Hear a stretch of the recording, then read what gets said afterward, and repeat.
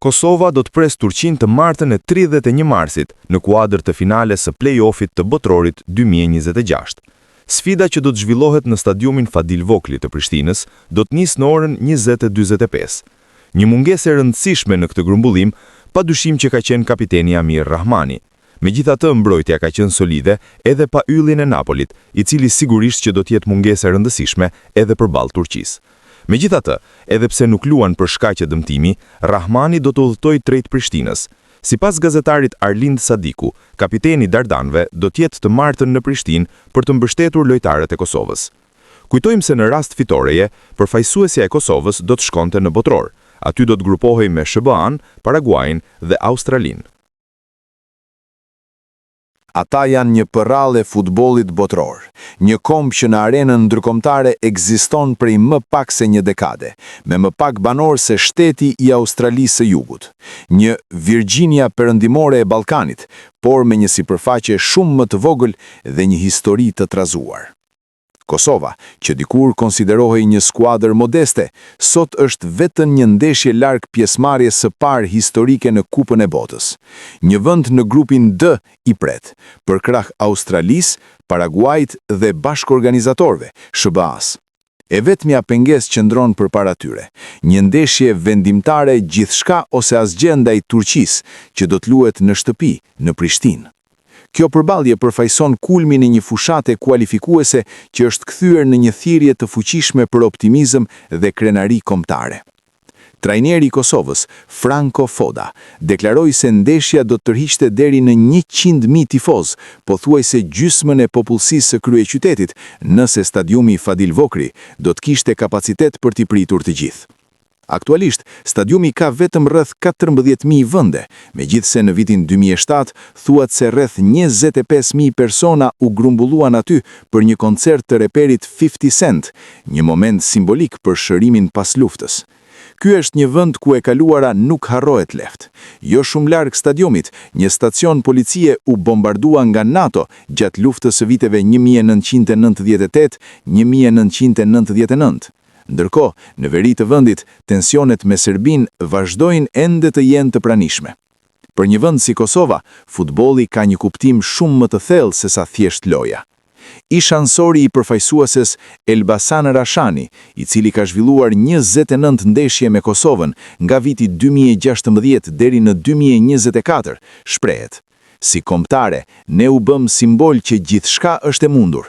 Ne treguam rrugën për popullin e Kosovës për t'u njohur.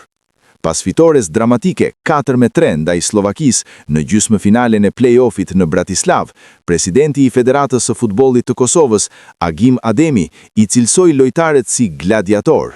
Fitoria u festua me fishekzjarre në rrugët e Prishtinës dhe me reagime të shumta në rrjetet sociale.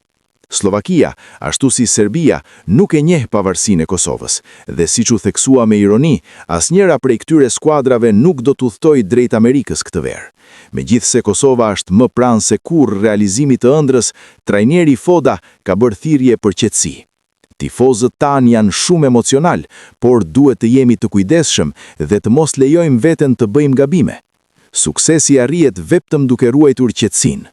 Ylli i sulmit Vedat Muriqi, që aktivizohet te Mallorca në Spanjë, e konsideron botrorin si kulmin e karrierës së një futbollisti dhe thekson se tashmë ka mbetur vetëm një hap i vogël.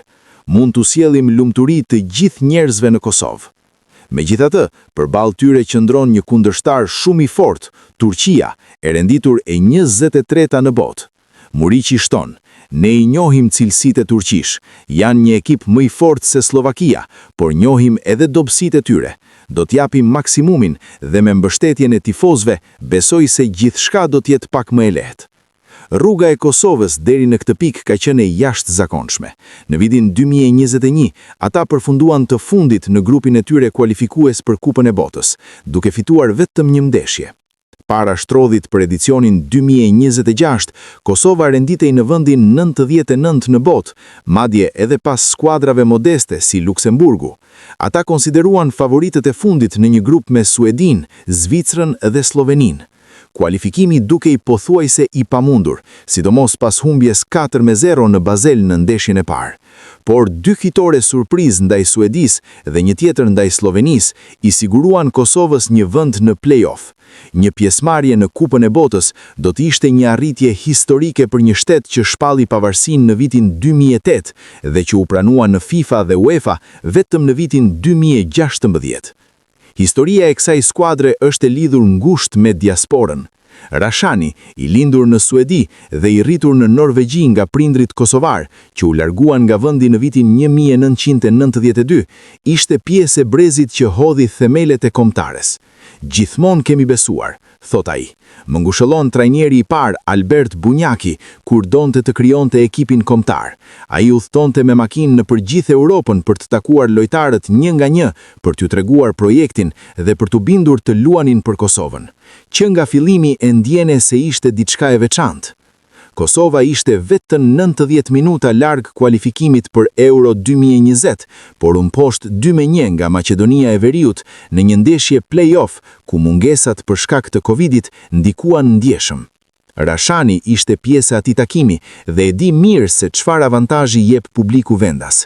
Gjithmonë u them miqve të mi, nuk ke nevojë për nxehje kur luan për Kosovën, emocionet t'i japin tifozët. Këtë herë, ai do të ndjek ndeshjen si tifoz nga Australia, duke u zgjuar para orës 5 të mëngjesit. Njerëz nga e gjithë bota që kanë një lidhje me Kosovën do të ndjekin këtë ndeshje. Është një sfidë gjigande për ne dhe shpresojmë ta bëjmë realitet.